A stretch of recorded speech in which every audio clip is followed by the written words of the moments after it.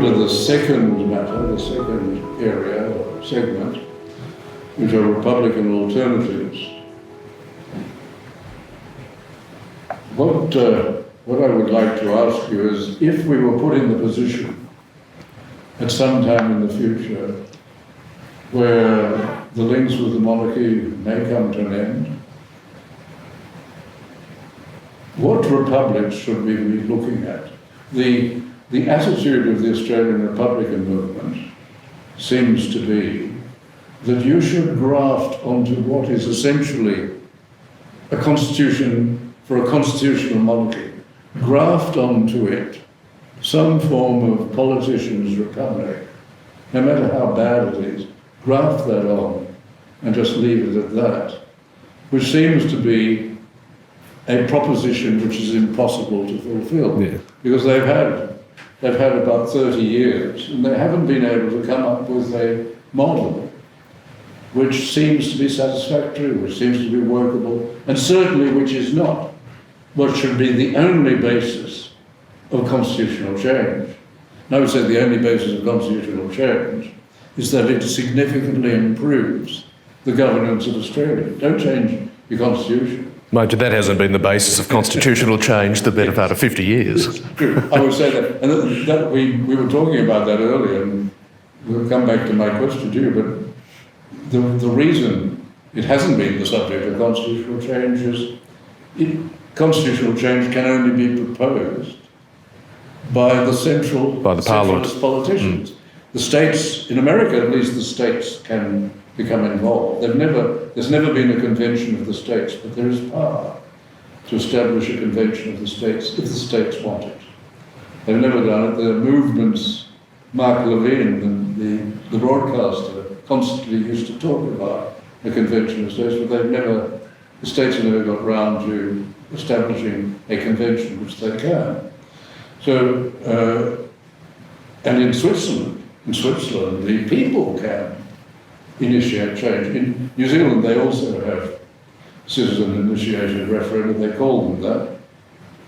There was a citizen-initiated referendum a few years ago to stop them from legislating against parents ever smacking their children. People didn't like that. They thought, well, why have the politicians got to pass a law to stop them, to stop us from smacking our children? Not unreasonable smacking, of course, but any smacking.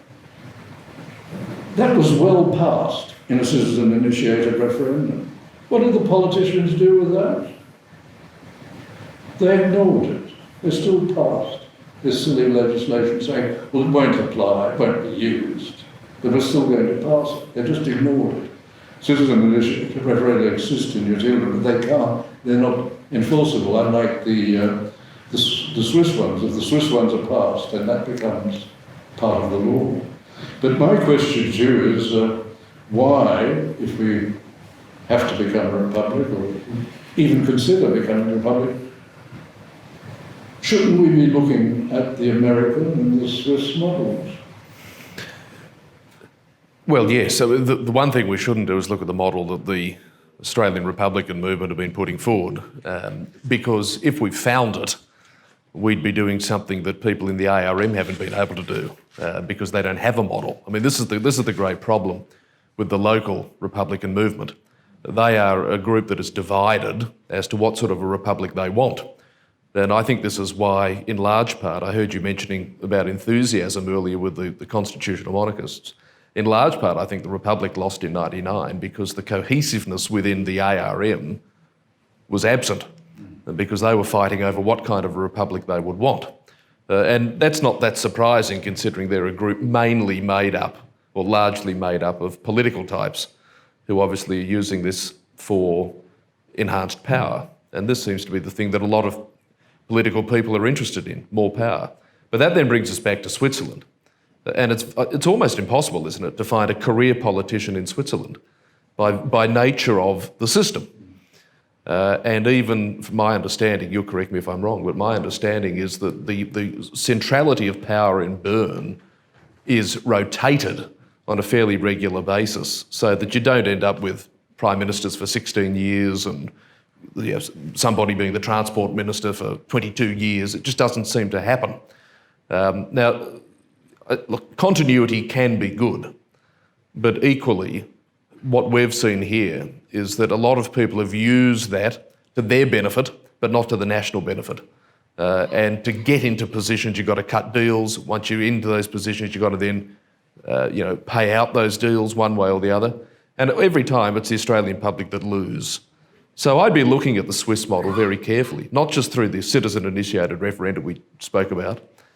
They seem to do it with great dignity and great respect and great foresight. Not every piece of legislation that the public propose or want to vote on wins, but some do. And these are often issues that the political class don't want to touch. They're afraid to touch. I mean, I think and look, out here there is, to the best of my knowledge, at least one political party that are pushing for this, and that's One Nation. But they're not doing very well. But if we were to be given those sort of powers, I think the first thing the public would want to vote on would be immigration levels. And this is something that, for whatever reason, despite the fact that it affects everybody, the political class don't want us to have a say on. And I suspect because they know what the answer will be and it's the opposite to what they want. So best not to ask the question. The Swiss model is idiosyncratic. It is peculiar to Switzerland, and although there's no requirement, the council, which is the executive, the council of 7, which is elected by the parliament, is effectively the government, but is also the head of state. The whole 7 of them. And the person called the president is a position taken for 1 year, rotates within the council. They don't have to compose the council this way, but this is how it works out. All of the major political parties have seats on the council. It's really like having the Labour Party, the Liberal Party, the National Party. And incidentally, the CDP, the Christian Democratic Party, also argues for citizen-initiated referenda. Getting back to the Swiss Council, you have everybody, all the major parties on the council. That's probably because Swiss politicians know they're accountable. They know that they don't have to just appear every 3 or 4 years in a confected election. Elections between the parties are, of course, the marginal seats are important, but in most seats it doesn't really matter. It doesn't matter in Wentworth, even when we get for once in a rare moon we have an independent. But Wentworth, for example, is who gets the Liberal pre-selection normally wins Wentworth. It doesn't really matter. But there are marginal seats, battleground seats, as the Americans would say, where the parties do fight. But the pre-selections are determined by the parties. They're not open primaries like the Americans, and so we have a very controlled situation in Australia. I think the Swiss politicians know that at any time they can be overridden by the people.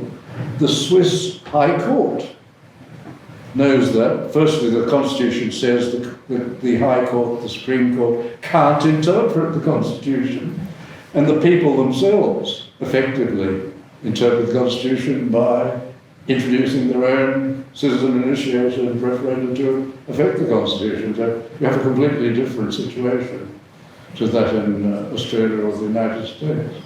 So it's a very, very different situation because the balance between the people and the politicians is so different. And you have to ask, don't you, David, a country like Switzerland, which I think has about 8 million people or thereabouts, it doesn't have enormous mineral riches under the ground. It doesn't have cattle stations, which are 1 million hectares. I mean, some of the cantons would only be 1 million hectares, for goodness sake. So you then have to wonder, how has a nation like that, in the middle of an alpine region, become so wealthy per person? And the reason would largely be because of the political institutions and the collective wisdom of the public, as you've outlined, constantly being pushed to the fore, not pushed back. And then, I mean, I often say on air, and I know you concur with this, and the listeners concur, We should be so much wealthier per person than we are. I mean, in this country, we've got everything, and so few people to divide it among. I mean, we should really all be millionaires per person. And yet we have out the front of this building now people, I was asked for money by some poor bloke as I came in. I mean, everywhere. People with, I mean, you're always going to have some poor. You're always going to have some people which turn to drugs or whatever. And but generally, we underperform. We call ourselves the lucky country, but of course, it was always that second phrase that Donald Horne wrote, which no one ever mentions. The lucky country, governed by second-rate individuals who share in its luck. And that's really the truth of Australia. Yes.